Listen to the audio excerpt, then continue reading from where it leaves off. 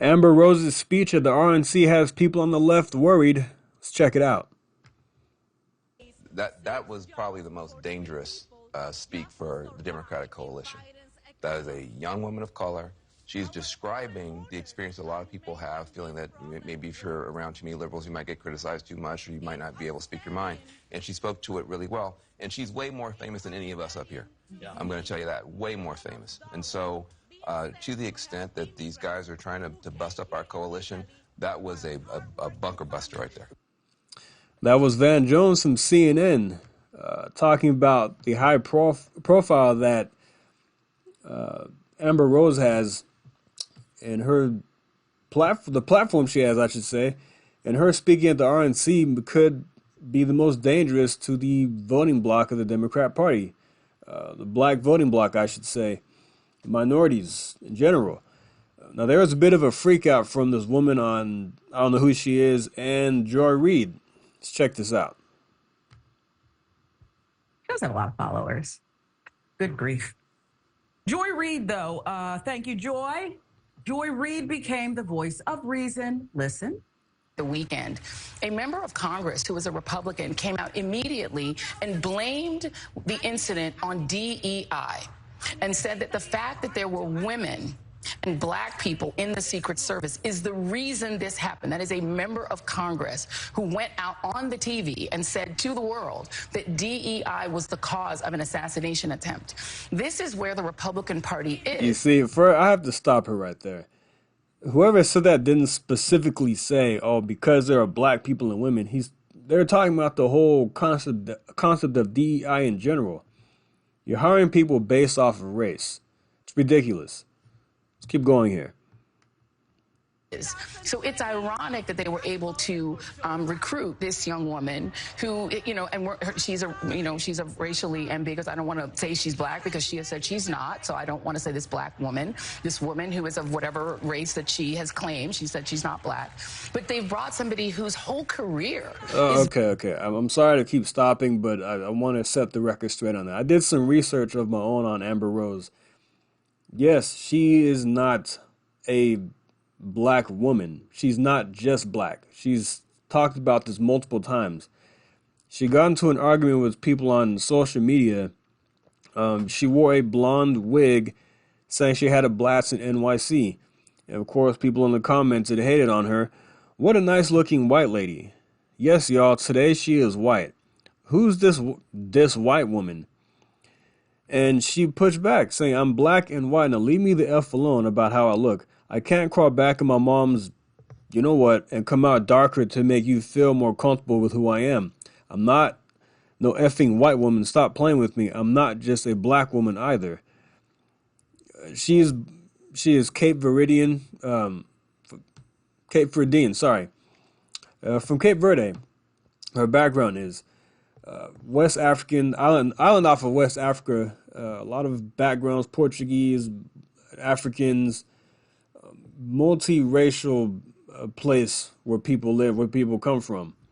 And her father is white. So she has black in her, but she's saying she's not just a black woman. So stop talking about her race. Let's keep it going here. Based in black culture. She used to be on a show on BET. That's the reason most people know who she is. She dated one of the most prominent African-American rappers in the business, in the history of hip-hop. So her whole culture came from black culture, even though she says she's not a black person herself. And the fact that she is now the person they're using to try to recruit young people of color and to say that this is the person who is the endorser of Donald Trump who you should trust, when she won't even claim the culture that brought her to the table. So because she was dated a rapper and she's in black culture, she's supposed to vote Democrat? See how these people think? Well, I'll get in trouble for saying these people. Watch. I'm dubious that this will work. I don't know anyone who takes their political cues from Amber Rose, but just in case you do, you might want to duplicate doing your own research because she might not have done it thoroughly. It's that last part. You know, I hate groupthink. I like independent, even provocative thinkers. That's not what we heard last night. And Joy Reid was spot on in sensing and knowing and articulating that you were built, you made a living off the culture. And now suddenly, don't label me that. These people are What unreal. research where'd she get her info on? Truth Social? Rumble? Did she get it on Rumble?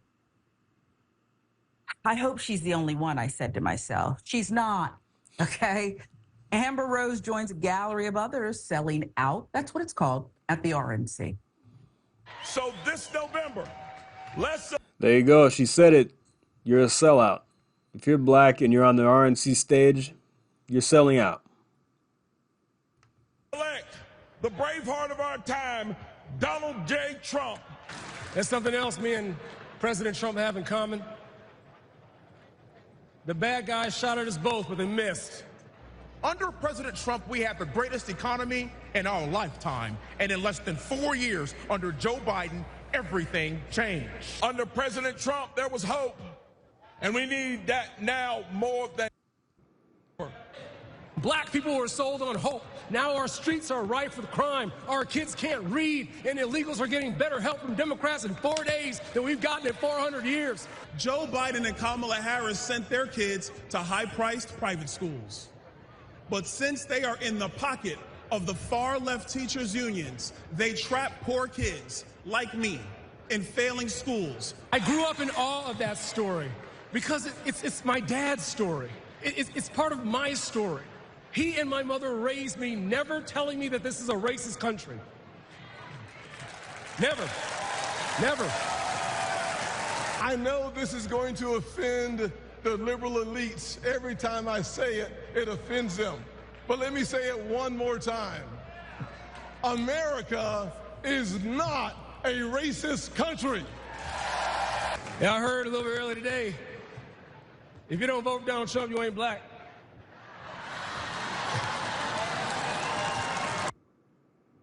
So that was apparently day one, night one of the Republican National Convention. Black night, we'll call it, other than announcing J.D. Vance, who loves him some Project 2025. This was Black night. I could add in some other things, some other adjectives, but I won't. So I heard from the Black Republican from North Carolina, you know, the one that said some people need killing, and then the one from Florida, the representative who said Jim Crow was great for the Black family, and we're supposed to listen to them.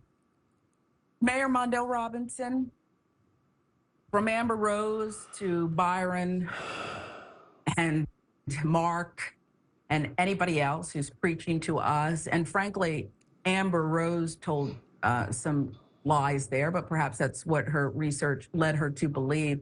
You and I don't believe, and I don't want to speak for you, Mayor, aren't saying that everybody has to believe the same thing. Everybody who looks the same has to believe the same thing. But we can't even get to that part where we're not a monolithic community until we tackle what was said, Mayor. Your turn. Yeah, listen, can we say disaster on steroids? Yeah. And on steroids is absolutely what we watched. First of all, let's be clear. Amber Rose says she does not identify as black. She's not black, but she spent the entire time on stage being surprised that her dad supports white racist Donald Trump. Why were you surprised? The idea that people lied to you about Donald Trump came from where? Nobody had to lie to you about the fact that Donald Trump has more than 40 years.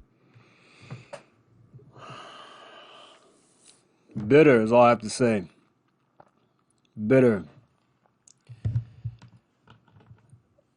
Look, if I've been called Uncle Tom and all that just because I lean to the right. I'm more conservative. There's nothing wrong with that. And I get attacked for it. But I don't care. You know what? Say what you want to say, whatever. I'm a free thinker. I think for myself. I did my own research back in the day, about 10 years ago, when I thought I was a Democrat, but my values lean more to the right. And I started voting Republican because they were strong on the issues that I believed in. Strong border security, lower taxes, things like that. More of a law and order platform. Basically just common sense things that everyday people want. Doesn't matter what side of the aisle that you're on. I'm sorry. But the fact that you're criticizing all these people for being on stage supporting the Republican Party just shows you where they stand, how well what they think of you, what they think of somebody of color supporting Donald Trump. They think you're supposed to think like them and be like them and continue to vote Democrat year in and year out. That's not how it's supposed to be. I mean, look, if you're a Democrat, fine. I don't like radical Democrats. I don't like people super far left. I don't like the way they think. They don't align with my values. If you're a middle of the road Democrat, okay, I'm totally fine with that. You know, if you want if you want law and order, you know, if you want lower taxes, if you want a secure border, then yeah, the Republican Party is a better option than the left, the way it's currently constructed. So, I don't know. I just thought it was funny to see that they're having a meltdown over Amber Rose because she built her name off of the black culture, and now she's using it to turn on black people and to get people to black people to the Republican Party. Look, she said she's not just a black woman. She's black, she's white, Portuguese, whatever. She is all kinds of things. She's, you know, just because she dated a rapper or she had a kid with a rapper and she's did things that were a part of the culture, doesn't mean she has to continue to vote Democrat or believe certain things. If she wants to vote Republican, then she can vote Republican if she wants. That's her own prerogative. Leave it at that. Just bitterness. But all right, guys, I'll leave it right there. Thanks for listening. Like and subscribe. See you next time. Thank you. Take care.